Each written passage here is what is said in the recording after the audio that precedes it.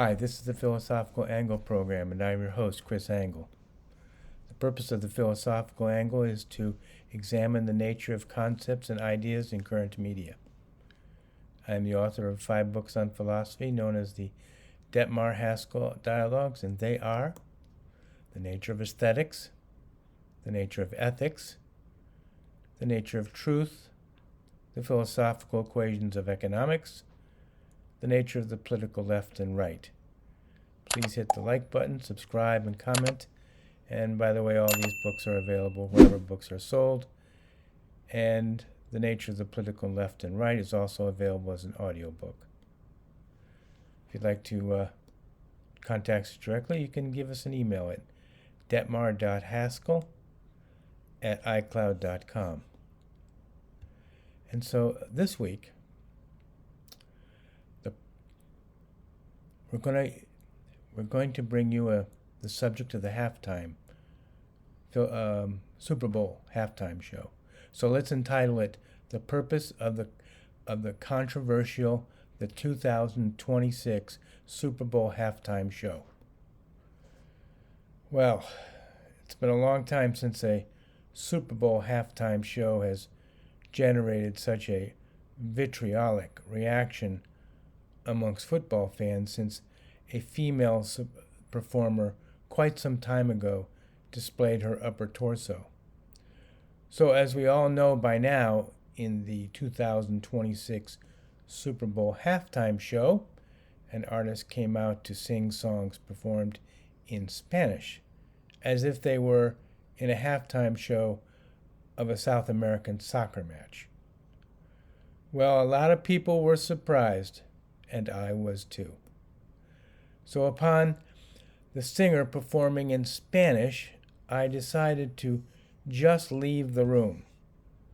So now that it's all over, my reaction is the following. Why did they purposefully create a halftime show entirely in Spanish?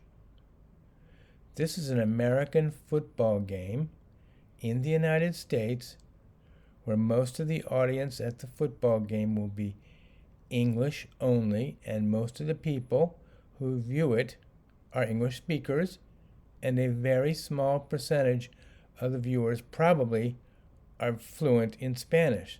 So why did they do it? Well, luckily, you are tuned in to the Philosophical Angle show, and so we're going to delve into this and explain it. And the answer is to shame you. The NFL football establishment decided it was high time to embarrass you, the viewer, that you do not speak Spanish. That you, the viewer, are racist. And that you, the viewer, should be ashamed of yourself. And why should you be ashamed of yourself? Well, there are 7 dictums that dictate the behavior of the haves when dealing with the have-nots of society. The haves here are the commissioner of the NFL and his minions, who are in control of the NFL and its presentations. They want to shame you because they understand that the fans are no longer the have-nots. And these NFL bigwigs, the haves, are obligated through what I call principle number 4, that the haves of society have an obligation to take care of the have-nots of society.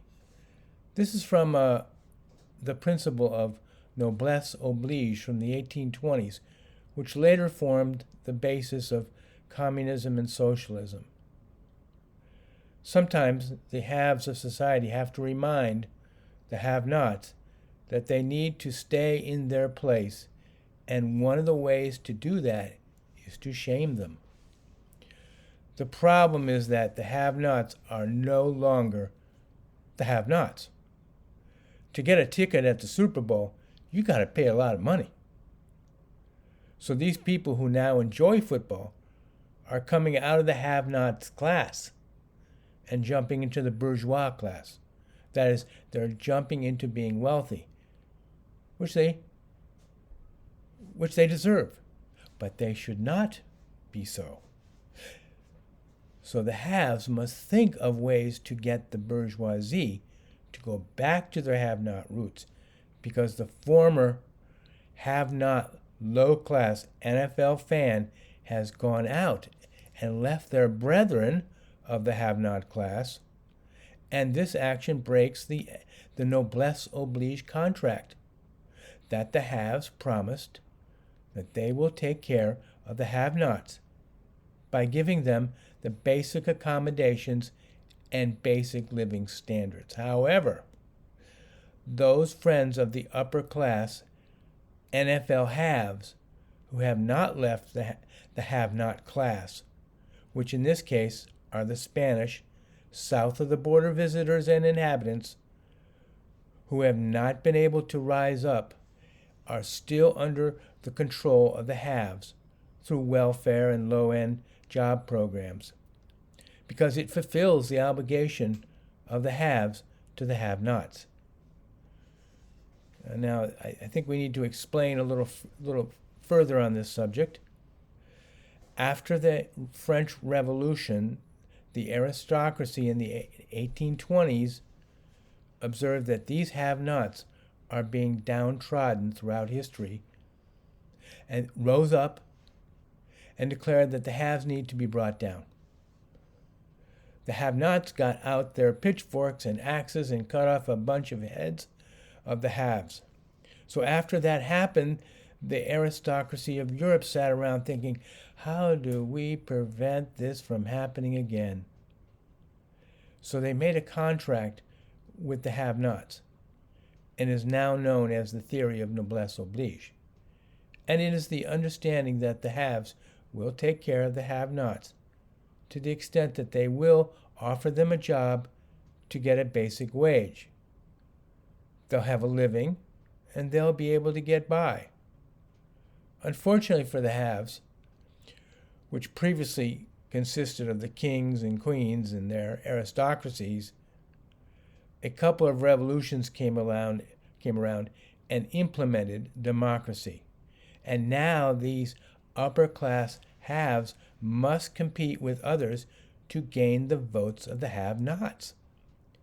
And one of the ways to gain the votes of the have-nots is to shame those who leave the have-nots, who have joined the bourgeoisie, become wealthy, become well-to-do, at least enough so to be able to live much better on their own through the accumulation of knowledge and experience and effort in producing that which is good for society, that is, the goods and services of society.